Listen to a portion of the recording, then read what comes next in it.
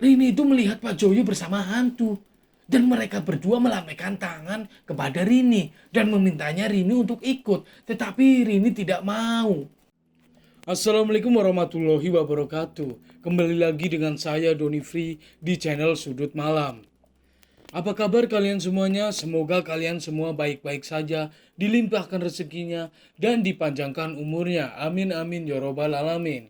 Di episode kali ini saya akan membawakan cerita tentang pesugihan kain kafan pocong perawan. Namun seperti biasa nama dan tempat kejadian sudah saya samarkan demi keamanan dan kenyamanan bersama. Tidak usah panjang lebar lagi, kita langsung ke ceritanya.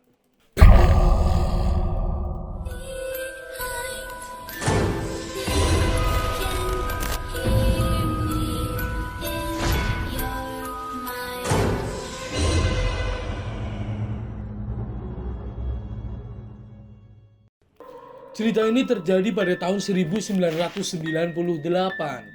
Pak Sukar adalah seorang bapak dengan dua orang anak. Yang pertama bernama Nanang dan anak yang kedua itu bernama Rini. Pada suatu ketika datanglah tetangga baru, tepatnya di rumah sebelah Pak Sukar. Di sebelah rumah Pak Sukar adalah rumah Pak Joko. Tetapi Pak Joko sekeluarga pindah ke Bandung. Dan bekas rumah Pak Joko ini dijual dan dibeli oleh seseorang yang bernama Pak Joyo. Dan Pak Joyo itu pada hari itu menempati rumah yang dia beli dari Pak Joko. Dan nampaknya Pak Joyo ini adalah orang yang berduit atau orang yang beruang. Dia mempunyai mobil dan perabotan-perabotan yang mewah. Bahkan Pak Sukar pun ikut menolong atau membantu Pak Joyo dalam proses pemindahan rumah tersebut. Ia ikut menurunkan barang-barangnya yang ada di mobil, lalu ia masukkan ke dalam rumah Pak Joyo yang baru tersebut. Setelah 1 minggu beradanya Pak Joyo di kampung itu, warga sekitar itu merasa curiga dengan Pak Joyo. Karena Pak Joyo dan sekeluarga itu seperti mengasingkan diri. Dia tidak pernah ikut berbaur kepada warga sekitar, tidak pernah bersosialisasi, dan dia bahkan tidak pernah kerja. Tetapi Pak Joyo dan sekeluarga hidup dengan aman saja, hidup dengan bahagia dan serba kecukupan. Pada suatu ketika, Rini, yaitu anak Pak Sukar, pada saat itu masih berusia 13 tahun, diajak bermain ke tempat Pak Joyo. Karena Pak Joyo adalah tetangga Pak Sukar, maka Pak Sukar pun mengizinkan. Pulangnya Rini dari rumah Bapak Joyo, ternyata Rini itu dibawakan banyak sekali oleh-oleh sama Pak Joyo. Dan Pak Sukar pun kaget dan dia pun langsung ke rumah Pak Joyo untuk mengucapkan terima kasih karena sudah memberikan oleh-oleh yang banyak kepada si Rini, kepada anaknya. Pak Joyo pun menyambut Pak Sukar dengan senang hati. Lalu mereka berdua akhirnya mengobrol sampai larut tengah malam. Dan sampai pada jam 12 malam akhirnya Pak Sukar pun memutuskan untuk pulang. Pak, ternyata ini udah malam Aku mau pamit aja, mau pulang. Lalu dijawab oleh Pak Joyo. Loh Pak, baru jam 12 kok pulang? Udah di sini aja dulu kita cerita-cerita. Waktu masih panjang. Aduh Pak, nggak enak Pak. Saya kasihan anak-anak di rumah, istri juga di rumah. Nanti mereka cariin saya. Udah kita sambung aja ceritanya besok ya Pak Joyo. Aku tak pamit aku pulang dulu ya. Oh ya udah kalau begitu Pak Sukar. Hati-hati Pak Sukar. Iya Pak Joyo. Sekali lagi terima kasih loh. Udah ngerepotin ini. Bawain Rini oleh-oleh yang banyak dari sini.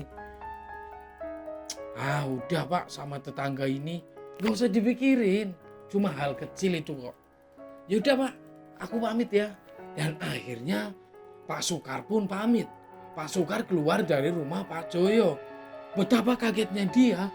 Ketika dia keluar dari rumah Bapak Joyo, dia melihat bayangan putih yang lewat dengan sangat cepat. Swik! Astagfirullahaladzim. Apa yo tadi yo? Kok kayak bayangan atau kain putih gitu lewat? Dengan bingung akhirnya Pak Sukar pun melanjutkan perjalanannya ke rumah. Dan pada keesokan harinya Rini kembali lagi diajak main oleh Bu Endang. Bu Endang ini adalah istri dari Pak Joyo. Rini diajak main ke rumah. Kali ini Rini diajak jalan-jalan oleh Pak Joyo dan sekeluarganya. Dan saat pulangnya Rini membawa banyak oleh-oleh.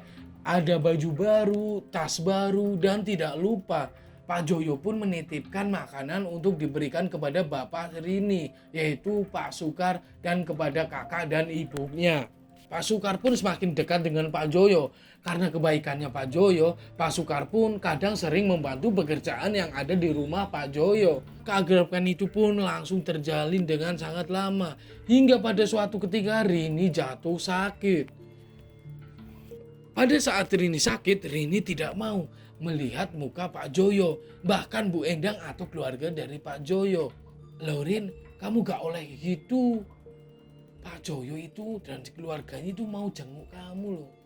Pokoknya Rini gak mau, Pak. Rini tuh gak mau melihat wajah mereka. Loh, sontak Pak Sukar pun kebingungan.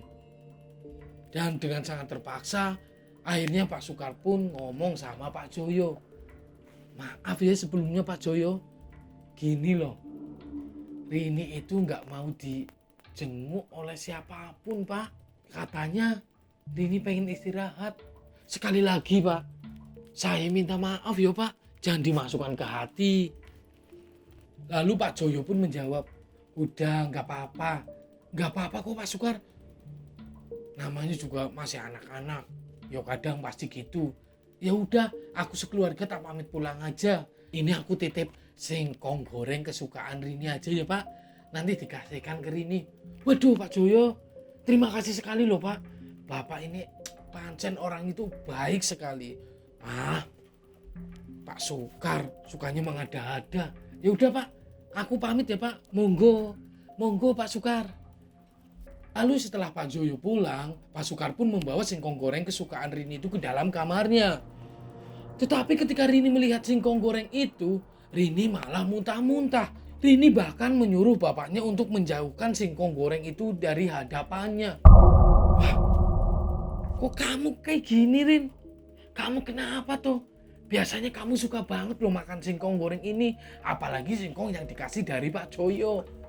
Pak, itu bukan singkong goreng oh Pak. Itu tulang Pak. Waduh. Sontak Pak Sukar pun kaget dengan perkataan Rini tersebut. Wah Rin, kamu ada-ada aja. Ya udah, kamu sekarang minum obatnya, terus kamu tidur ya. Lalu Pak Sukar pun terus memikirkan apa yang diucapkan atau apa yang dikatakan oleh si Rini. Kok bisa ya Rini kayak gitu? Atau mungkin karena dia sakit, akhirnya dia berhalusinasi. Ketika Pak Sukar bengong, tiba-tiba dia dikagetkan oleh suara si Rini. Bapak! Waduh, kowe nang ngopo, Nduk? Kok bengok-bengok ngono?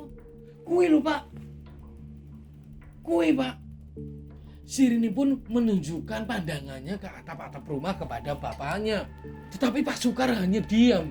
Dan Pak Sukar bingung. Ternyata tidak ada apa-apa.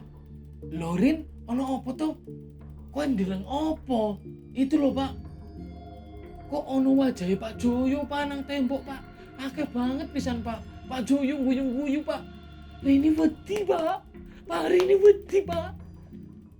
Dan Pak Sukar pun bingung dengan kejadian itu. Akhirnya Pak Sukar disuruh oleh istrinya untuk menghubungi salah seorang tabib yang ada di situ. Siapa tahu Rini ini kena guna-guna, kata si ibunya.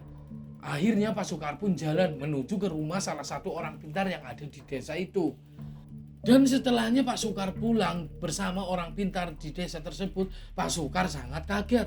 Karena dia melihat si Rini sudah kejang-kejang sambil melotot dan mencakar-cakar. Dan bahkan dia tidak sadarkan diri. Dia seperti orang kesurupan. Tanpa disuruh, akhirnya orang pintar itu pun langsung mengambil satu gelas air minum. Dan dia membacakannya beberapa doa, lalu dia memberikan minuman itu kepada Rini. Dan setelah Rini sadar, Rini pun langsung memeluk kedua orang tuanya. Dia memeluk Pak Sukar dan ibunya. Bu, Rini wedi Bu. Rini weruh Pak Sukar Bu. Karo setan. Terus Rini diawe-awe ngene Bu. Rini itu melihat Pak Joyo bersama hantu. Dan mereka berdua melambaikan tangan kepada Rini. Dan memintanya Rini untuk ikut. Tetapi Rini tidak mau. Rini itu selalu seperti itu. Setiap maghrib dan jam 12 malam dia menangis, dia kejang-kejang dan katanya dia melihat wajah dari Pak Joyo berkeliling di tembok rumahnya. Dia melihat Pak Joyo itu dengan hantu dan melambaikan tangannya. Itu terjadi selama 2 minggu lebih. Lalu akhirnya orang pintar tersebut pun memanggil Pak Sukar untuk keluar. Sepertinya orang pintar tersebut ingin mengobrol bersama Pak Sukar di luar kamar si Rini. Maaf Pak Sukar, sebelumnya Pak Sukar itu kenal dengan Pak Joyo. Yo kenal Pak, wong Pak Joyo itu tetangga saya ya Pak. Emang kenapa toh Pak? Gini Pak, tapi Bapak yang tenang dulu, Bapak diam dulu. Anggap saja Bapak tidak tahu apa-apa. Ya Pak, gimana Pak? Dek Rini ini sering dibelikan makanan atau barang-barang sama Pak Joyo apa enggak Pak? Iya Pak, Pak Joyo itu baik banget sama si Rini. Dia itu sering bawa Rini jalan-jalan, kasih dia makanan, membalikan si Rini baju-baju baru. Pokoknya banyak ya Pak. Lah ini Pak, Pak Joyo itu sebenarnya dia ada perjanjian dengan makhluk halus Pak. Dia itu memakai pesugihan. Waduh, yang bener Pak. Iya Pak. Dan si Rini, anak Bapak ini, itulah yang akan dijadikan tumbal oleh Pak Joyo. Wah, masa tuh Pak? Wah aku nggak percaya. Itu hak panjenengan nih Pak. Kalau Pak Sukar mau percaya ya silakan. Kalau nggak percaya yuk nggak apa-apa. Iki Rini sabisaku tak tolongin. Tapi yo, aku mau kondo. Ming Pak Sukar, hati-hati nek siki Pak Joyo mrene nggowo panganan opo ngejak Rini jalan-jalan. Udah Pak, gak bolehin aja sama Bapak. Jangan kasih Rini untuk pergi sama Pak Joyo, apalagi memakan makanannya. Lalu di tengah obrolan mereka datanglah Slamet.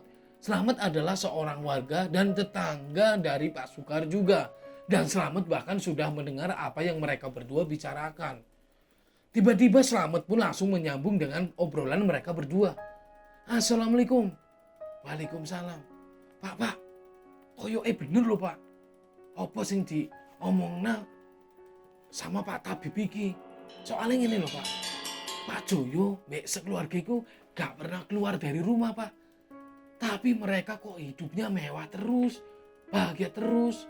Lah udah Tomet, kamu gak usah ikut-ikut. Aku itu gak ikut-ikut Pak. Soalnya Pak Sukar kan sudah aku anggap sebagai saudaraku sendiri. Aku gak mau sampai terjadi hal-hal yang tidak diinginkan itu terjadi sama keluarga Pak Sukar. Wis, siki ngene wae Pak. Aku tak ngomong mbek warga-warga ini, tak kon ngusir Pak Joyo saka kampung iki Pak. Ojo ngono to, ojo ngono, turung se. Tiba-tiba Rini menjerit lagi dan membuat ketiga orang itu langsung panik dan beranjak langsung lari ke kamar si Rini.